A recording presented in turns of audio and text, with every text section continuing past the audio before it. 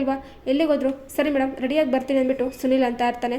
ಭೂಮಿಕಾ ಬೇಜಾರು ಮಾಡಿಕೊಂಡು ಅಲ್ಲಿಂದ ಈ ಒಂದು ಮಲ್ಲಿ ರೂಮ್ಗೆ ಬರ್ತಾಳೆ. ಇನ್ನು ಮಲ್ಲಿನ ರೆಡಿ ಮಾಡ್ತಾ ಇರ್ತಾರೆ. ಆಗ ಈ ಒಂದು ಕೇಳ್ತಾ ಇರ್ತಾಳೆ ಅಪೇಕ್ಷಾ, ಅನ್ಮನ್ಗೆ ಎಲ್ಲಿ ಪ್ಲ್ಯಾನ್ ಮಾಡಿದೆ ಅಂದ್ಬಿಟ್ಟು ಅಂತ ಇದ್ರೆ, ಅಯ್ಯೋ ಅದಕ್ಕೇನು ಪ್ಲ್ಯಾನ್ ಮಾಡಿಲ್ಲ ಅಂದ್ಬಿಟ್ಟು ಮಲ್ಲಿ ಅಂತಿದ್ರೆ, ಓಹೋಹೋ ನೋಡಿದ್ರೆ ಗೊತ್ತಾಗುತ್ತೆ ನಮ್ಮ ಹುಡುಗನೇ ಪಟ್ಟಾಯಿಸಿದೆಯಂತೆ, ಯಾಕೆ ಅನ್ಮನ್ ಪ್ಲ್ಯಾನ್ ಮಾಡಿಲ್ವಾ ಅಂದ್ಬಿಟ್ಟು ಎಲ್ಲರೂ ಕಾಳು ಹೇಳ್ತಾ ಇದ್ರೆ, ಹೌದು ನೋಡಿದ್ರೆ ಗೊತ್ತಾಗುತ್ತೆ ಆ ಹುಡುಗ ಎಷ್ಟು ಇನ್ನೋಸೆಂಟು, ತುಂಬಾ ಒಳ್ಳೆ ಹುಡುಗ ಅಂದ್ಬಿಟ್ಟು ಇಲ್ಲಿ ಎಲ್ಲರೂ ಹೇಳ್ತಾ ಇರ್ತಾರೆ.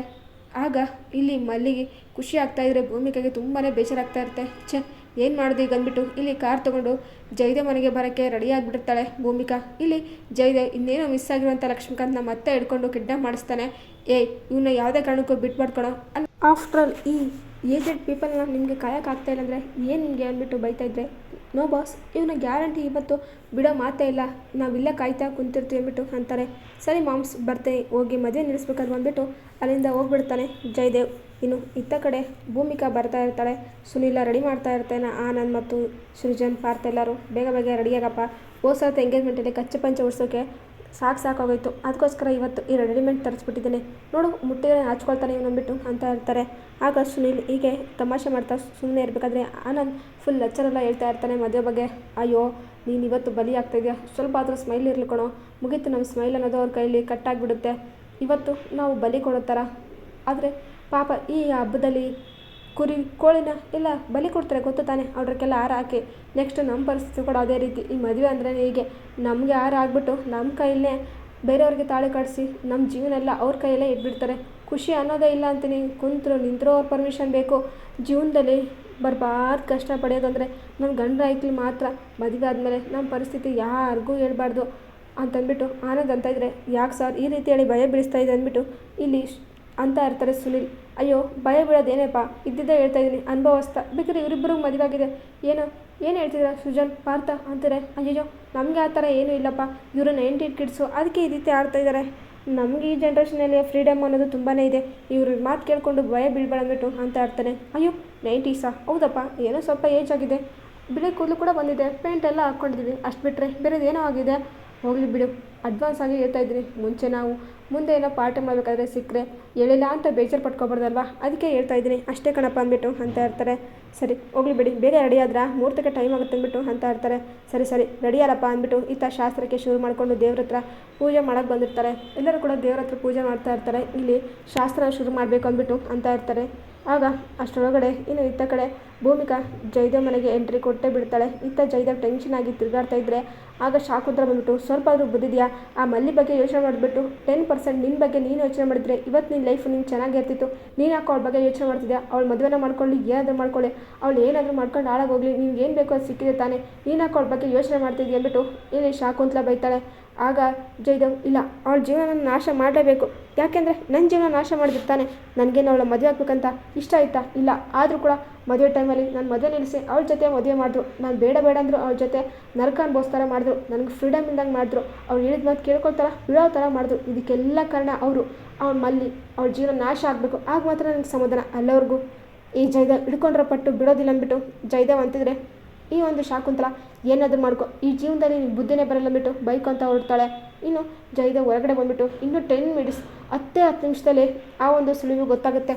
ಆ ಮದುವೆ ನಿಂತ್ಕೊಂಡಿರೋ ಸುದ್ದಿ ಗೊತ್ತಾಗಿ ಆ ಮನೆಯವರೆಲ್ಲ ಗೊಡವೋ ಅಂತ ಅಳಬೇಕು. ಅದನ್ನು ನಾನು ನೋಡಬೇಕು. ಮೊದಲು ಈ ಒಂದು ರೌಡಿಗಳಿಗೆಲ್ಲ ವೀಡಿಯೋ ಕಾಲ್ ಮಾಡಿ ಕೇಳಬೇಕು ಏನಾಗ್ತಿದೆ ಏನಿಲ್ಲ ಅಂತ, ಆ ಸಿಚುವೇಶನ್ ನೋಡ್ಬೇಕು ನಾನು ಅಂದ್ಬಿಟ್ಟು ಜಯದೇವ್ ಅಂತ ಇದ್ದರೆ, ಜಯದೇವ್ ಅವರೇ ಅಂದ್ಬಿಟ್ಟು ಅಲ್ಲಿಗೆ ಭೂಮಿಕಾ ಬರ್ತಾಳೆ. ಆಗ ಶಾಕ್ ಆಗ್ತಾನೆ ಜಯದೇವ್, ಇದೇನಿದು ಈ ಬಗ್ನಾಸ್ ಭೂಮಿಕಾ ಇಲ್ಲಿ ಬಂದೆ ಅಂದ್ಬಿಟ್ಟು ಅಂದ್ಕೊಳ್ತಾ ಇದ್ದರೆ, ಏನು ಮಾಡೋಕ್ಕೆ ಕೊಟ್ಟಿದ್ಯಾ? ಓಹೋ ಈ ಮದುವೆನೆಲ್ಲ ಕೊಡಿಸಿದ್ಯಾ ಅಂದ್ಬಿಟ್ಟು ಅಂತ ಇದ್ದರೆ, ಏನು ಹೇಳ್ತಿದ್ದೀನಿ ಅಂದ್ಬಿಟ್ಟು ಜಯದೇವ್ ಅಂತಿದ್ರೆ, ಯಾಕೆ ಗೊತ್ತಿಲ್ಲ ಅಂದ್ಕೊಂಡಿದ್ಯಾ? ಅಲ್ಲ ಮನೆ ನಿನಗೆ ಏನು ತಪ್ಪು ಮಾಡಿದಾಳೆ? ನಿಜವಾಗ್ಲೂ ನಿನ್ನ ಗಂಡಸು ಅಂತಾರ? ಒಂದು ಹುಡುಗಿ ಹಿಂದೆ ಒಬ್ಬ ಗಂಡನ ಬಿಟ್ಟಿದೀಯ ಅಂದರೆ ನೀನು ನಿಜಕ್ಕೂ ಗಂಡಸಲ್ಲ, ನೀನೇನೋ ಬೇರೆ ಅಂತಾರೆ ಅಂದ್ಬಿಟ್ಟು ಇಲ್ಲಿ ಭೂಮಿಗೆ ಅಂತಿದ್ರೆ, ಏನು ಮಾತಾಡ್ತೀನಿ ಅಂತಾರೆ, ಬಾಯಿ ಮುಚ್ಚು, ನೀನು ಮಾತಾಡೋಕ್ಕೂ ಅಧಿಕಾರ ಇಲ್ಲ, ನೀನು ಎಂಥ ನೀಚ್ ಕೆಲಸ ಮಾಡ್ತಾ ಇದೆಯಾ ಗೊತ್ತಾ? ಮಲ್ಲಿ ನಿನಗೆ ಏನು ತಪ್ಪು ಮಾಡಿದ್ದಾಳೆ? ಅಲ್ಲ ಅವಳು ಏನಂತ ತಪ್ಪು ಮಾಡ್ತಿರ್ತಾನೆ ಈ ರೀತಿ ಶಿಕ್ಷೆ ಕೊಡೋಕೆ ಹೋಗ್ತೀಯಾ? ಅವಳಿಗೆ ನಿನಗೆ ನೋವು ಕೊಡ್ಬೇಕನ್ನೋದು ಯಾಕೆ ಈ ರೀತಿ ಹಿಂಸೆ, ಯಾಕೆ ಇಷ್ಟು ಖುಷಿ ನಿನಗೆ ಅಂದ್ಬಿಟ್ಟು ಭೂಮಿಗೆ ಪ್ರಶ್ನೆ ಮಾಡ್ತಿದ್ರೆ, ಹೌದು, ಅವಳು ನಾನು ಇಷ್ಟಪಟ್ಟಿದ್ದ ನನ್ನ ಜೀವನ ನೀವು ನಾಶ ಮಾಡಿದ್ರಲ್ವ, ಅದಕ್ಕೆ ಅವಳ ಜೀವನ ನಾನು ನಾಶ ಮಾಡ್ತೇನೆ ಅಂದ್ಬಿಟ್ಟು ಜಯದೇವ್ ಅಂತಿದ್ರೆ, ಅವಳು ನಿನ್ನ ಜೀವನ ನಾಶ ಮಾಡಿಲ್ಲ, ನೀನೇ ಅವಳಿಗೆ ಮೋಸ ಮಾಡಿದ್ದು.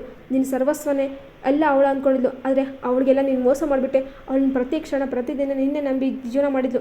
ಅವಳು ಸರ್ವಸ್ವೆಲ್ಲ ನಿನಗೆ ದಾರಿ ಎಳೆದಿದ್ಲು. ನಿನ್ನ ಪ್ರೀತಿ ಮಾಡಿತ್ತಪ್ಪ, ಇಲ್ಲ ನಿನ್ನ ಮದುವೆ ಆಗಿತ್ತಪ್ಪ, ನೀನು ಬದಲಾಗ್ತೀಯ ಅಂತ ನಾವೆಲ್ಲರೂ ಅಂದ್ಕೊಂಡು ನಿಮ್ಮ ಜೊತೆ ಅವಳು ಮದುವೆ ಮಾಡಿದಲ್ವ, ಅದು ನಮ್ಮ ತಪ್ಪು. ಈಗಲೂ ಆ ಗಿಲ್ಟ್ ನನಗೆ ಕಾಡ್ತಾ ಇದೆ. ಅದಕ್ಕೆ ಅವಳ ಜೀವನ ಸರಿ ಹೋಗ್ಲಂತ ಈಗ ಮದುವೆ ಮಾಡೋಕೆ ಕೊಟ್ಟಿದ್ರೆ ಅವನು ಮೋಸಗಾರನೇ ತಂದಿಟ್ಟು ನೀನು ಇದೆಲ್ಲ ಆಟ ನೋಡೋಕೆ ಬಂದಿದ್ಯಾ? ಚಾನ್ಸೇ ಇಲ್ಲ.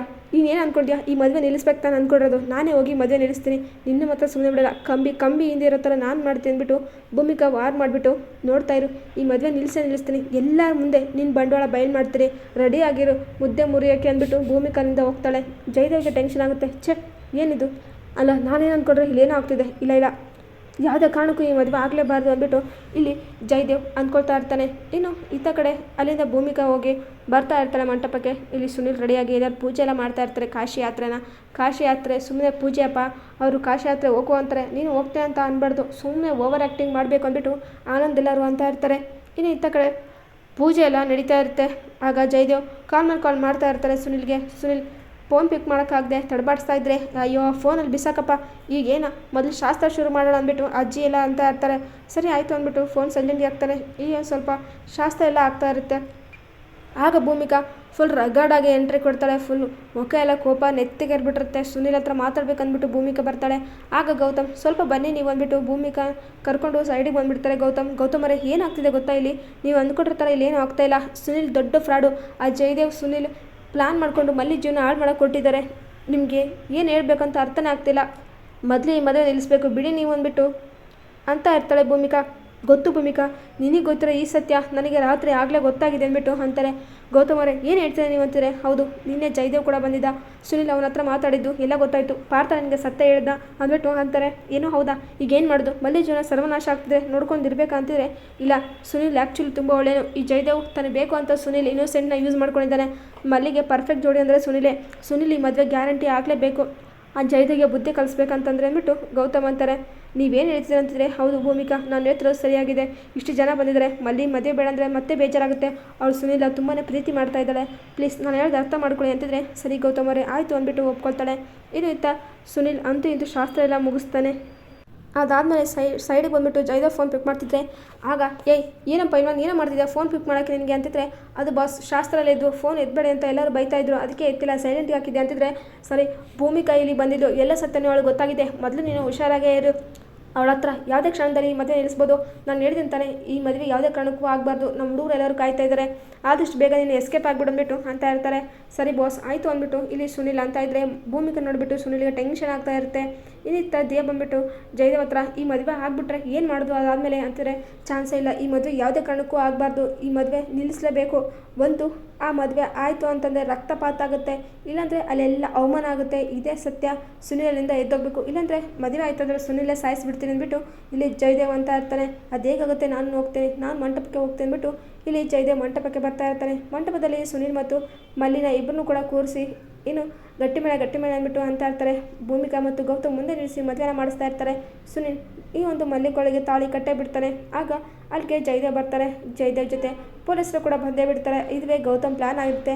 ಮಂಟಪಕ್ಕೆ ಬಂದ ಜಯದೇವ್ಗೆ ಮನೆಯವ್ರ ಮುಂದೆನೇ ಅವಮಾನ ಮಾಡಿಬಿಟ್ಟು ಇಲ್ಲಿ ಅರೆಸ್ಟ್ ಮಾಡ್ಕೊಂಡು ಹೋಗ್ತಾರೆ. ಈ ಒಂದು ಜಯದೇವ್ ಮುಖವಾಡ ಇಲ್ಲಿ ಸುನಿಲ್ ಬೈನ್ ಮಾಡ್ತಾನೆ. ಅಂತೂ ಇಂತೂ ಗೌತಮ್ ಮತ್ತು ಭೂಮಿಕಾ ಇಬ್ಬರು ಸೇರಿಕೊಂಡು ಜಯದೇವ್ಗೆ ತಕ್ಕ ಪಾಠ ಕಲಿಸಿದ್ದಾರೆ. ಈಗಾದರೂ ಶಾಕುಂತಲೆಗೆ ಬುದ್ಧಿ ಬರುತ್ತಾ, ತನ್ನ ಮಗನಿಗೆ ಎಂಥ ಬುದ್ಧಿ ಕಲಿಸ್ತಾಳೆ ಅನ್ನೋ ಶಿಕ್ಷೆ ತನಗಾಗುತ್ತಾ. ಈ ಒಂದು ಸುನಿಲ್ ಮತ್ತು ಮಲ್ಲಿ ಇಬ್ಬರು ಕೂಡ ಒಂದಾಗೇ ಬಿಟ್ಟ. ಸುನಿಲ್ಗೆ ಮಲ್ಲಿ ಒಳ್ಳೆತನ ಅರ್ಥ ಆಗುತ್ತಾ, ಜಯದೇವ್ ಈಗ ಸರಿಯಾದ ಪಾಠ ಕಲಿಸಿ ಜೈಲಲ್ಲಿ ಮುದ್ದೆ ಮುರಿಯೋ ಥರ ಆಗೇ ಬಿಡುತ್ತಂತ ನೋಡೋಣ. ಈ ವಿಡಿಯೋ ನಿಮಗೆ ಇಷ್ಟ ಆದರೆ ಪ್ಲೀಸ್ ಲೈಕ್ ಮಾಡಿ, ಶೇರ್ ಮಾಡಿ, ಕಮೆಂಟ್ ಮಾಡಿ. Thank you for watching.